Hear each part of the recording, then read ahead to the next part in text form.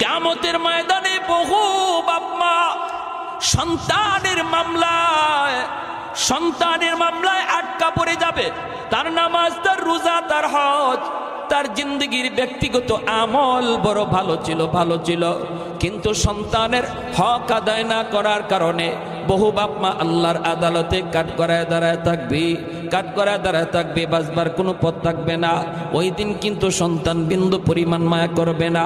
আল্লাহ বলবেন বান্দারে, নামাজ তোমার এক ওয়াক্ত কাজা হয়েছে, আমি আল্লাহ মাফ করে দিলাম।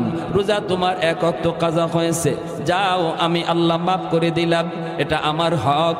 কিন্তু সন্তানের হক তুমি নষ্ট করেছো, তারে আমি আল্লাহর পরিচয় শিখাও নাই, ইসলাম ধর্ম সম্পর্কে তারে জ্ঞান দাও নাই, না তারে মুসলমানই শিখাও নাই, যার জন্য আজকে সে জাহান্নামী। আমার আদালতে তোমার বিরুদ্ধে মামলা দায়ের করেছে, এই মামলার ব্যাপারে আমি আল্লাহ কিছু জানি না। যেভাবে পারো সন্তানের কাছ থেকে মামলা ডিসমিস করো।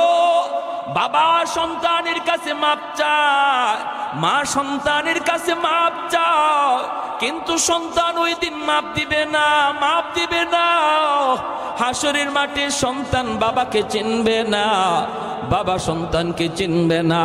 যেই সন্তানের জন্য শরীরে রক্ত পানি করলাম, যেই সন্তানের জন্য রাতকে দিন বানাইলাম, এই সন্তান হাসরের মাঠে বাবার পরিচয় দিবে না, মার পরিচয় দেবে না। সন্তান চাইবে বাপ মারে বিপদে ফেলাইয়া কেমন করে নিজে বাঁচতে পারে, বাবাই চাইব দুষ্টা সন্তানের ঘাড়ে চাপাইয়া কেমন করে বাবা বাঁচতে পারে। স্বামী চাইব স্ত্রীর ঘাড়ে দোষ চাপাইয়া নিজে বাঁচতে, স্ত্রী চাইব স্বামীর ঘাড়ে দোষ চাপাইয়া নিজে বাঁচতে। এইভাবে